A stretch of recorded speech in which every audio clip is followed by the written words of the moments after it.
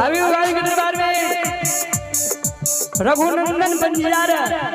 Gram खारी से live देख लिया, पर सुमन कुमार लाइव देख लिया, गुड्डू यादव खोजरी से लाइव देख लिया, सुमन बाबू लाइव देख लिया। कोटि कोटि धन्यवाद।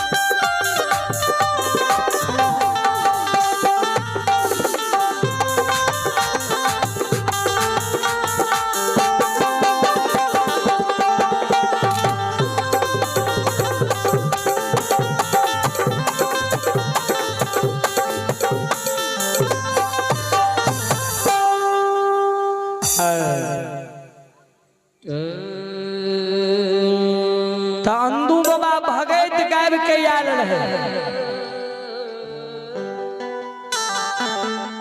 अंदू बाबा बनियार बाबू जी भगत गायब के याद रहे। आयो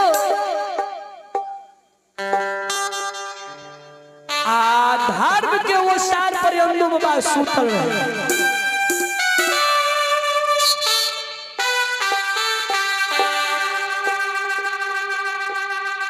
अंदू के मैच बाबू जागले अंदू बाबा सुतल रहे जी, मैं किया जागल रहे यो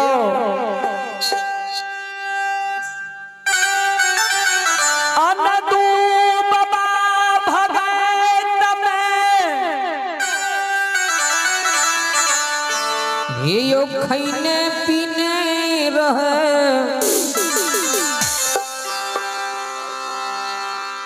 खाल पियल बाबा अंदू निश्चित भूतल रहे।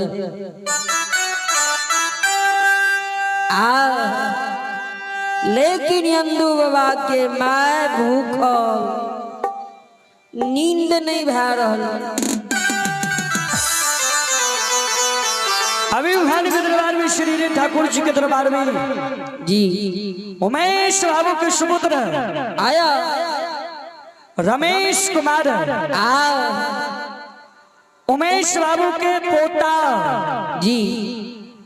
रियांश कुमार, पोती आरोही प्रिया भगवान के दरबार में शानदार 501 रुपया के दाम दक्षिणी है।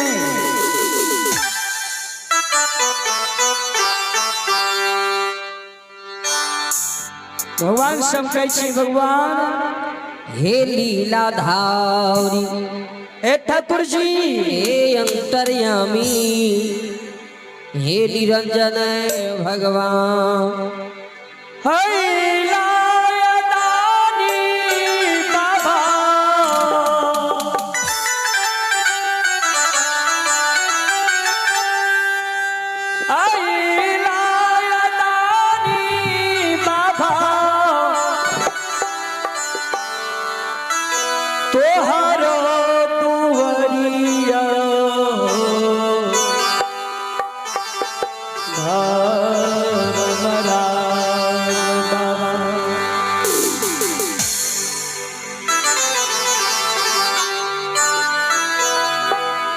फेरी निहा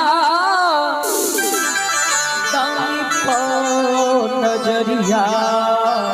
हो धर्मराज बाबा फेरी निहा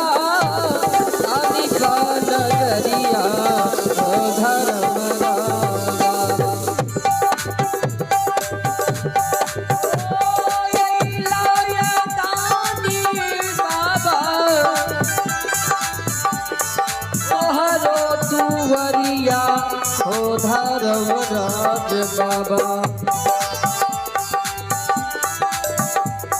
हेरी दिहा दानी पद जरिया हेरी दिहा दानी पद जरिया धर्मराज बाबा बोलिए दानी महाराज की जय। सरकार मैं जो सुन लगन मैं देखियो घर से बाहर बैठ के अंगना से बाहर बैठ के देखियो बाबू डिढ़िया तक से लेला मैं जो डिढ़िया पहला द्वार पर जो नजर खिरल के ते भगवान पर नजर पड़ गए ब्रह्मण बाबा पर बाबाजी बाबा पर मैं घूर के एकनाथ से घर चल गए घर से लोटा निकाल ललका आयो लोटा में जल भर ललका जी एगो फाटल सन के बिछावन लेने माए चल ले लोटा के जल के राख दल के आगारी में के जी अब पछा में बिछाउन के बिछा दल के आए तो क्या और की कल के दोनों कर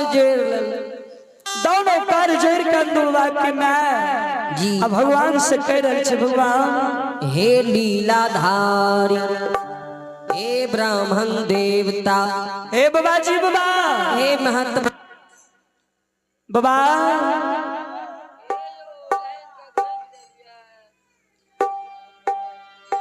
पैर पखारिया गरीब की बिछावन पर बसियो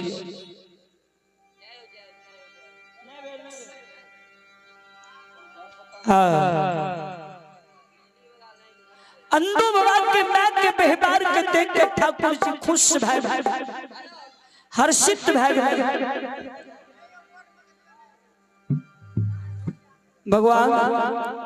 अंधो बाबा के मैं के कह देखी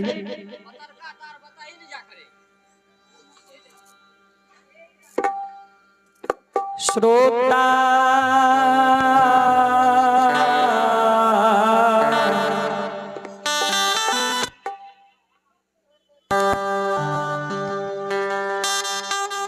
से माता है गई जी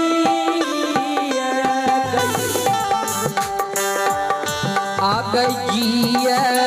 गए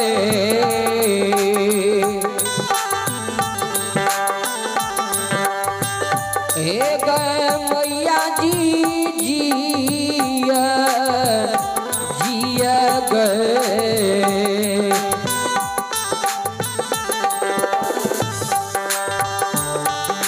आयन दू बाबू के माता जी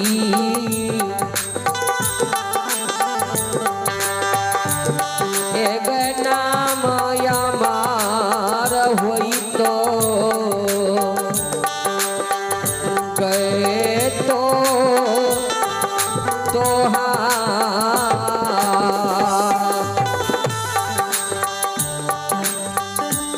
माता जी आ गई जिया गए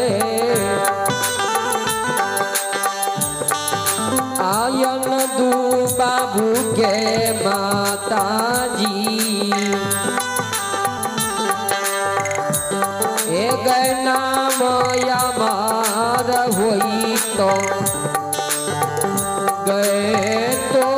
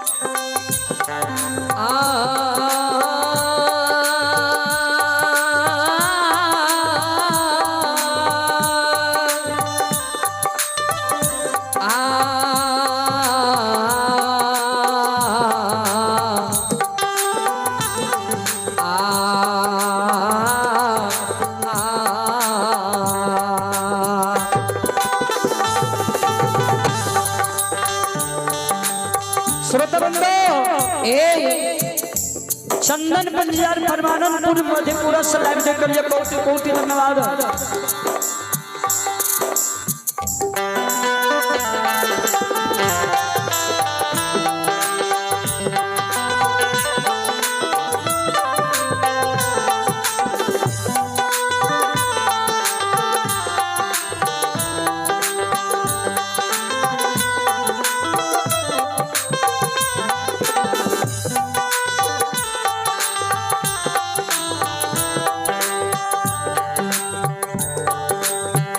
सुमन पंजियार सलोनी से लाइव देकर ये कोटि कोटि धन्यवाद।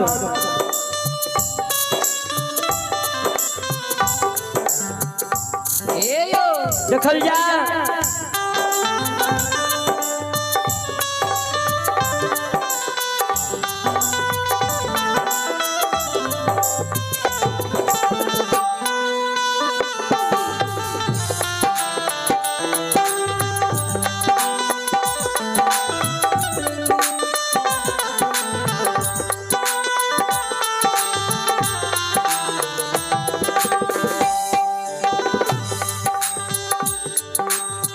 पनियार बाबू के मैगल का बाबा बाबा यो पैर पखारियो जी आई फटल का बिछावन पर बैसी आसन ग्रहण करियो बाबा। आई अपने गरीब के दरवाजा पर लिए ये बाबा। हमार बेटा गरीब गरीब ये बाबा,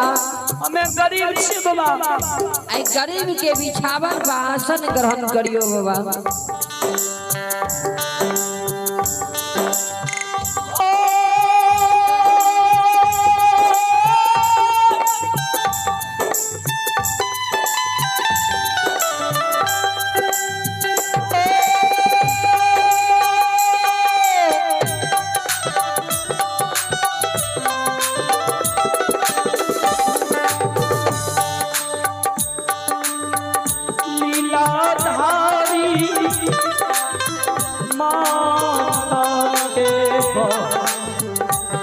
आयो पानी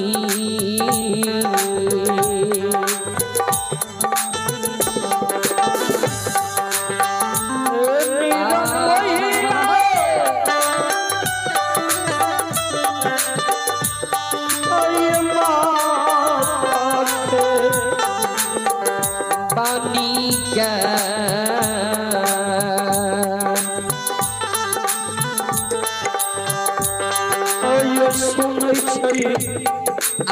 जय जय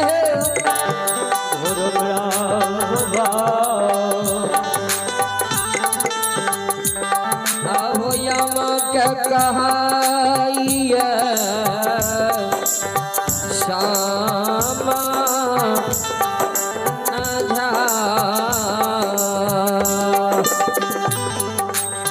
समाज भगवान सदालु सज्जन बढ़िया से ध्यान दी। अंधु बाबा के नाम के बानी के सुन के धर्मराज बाबा खुश भाग अंधु के माई पे कह दिल के अंधु के मां आये जीवुया आजीबू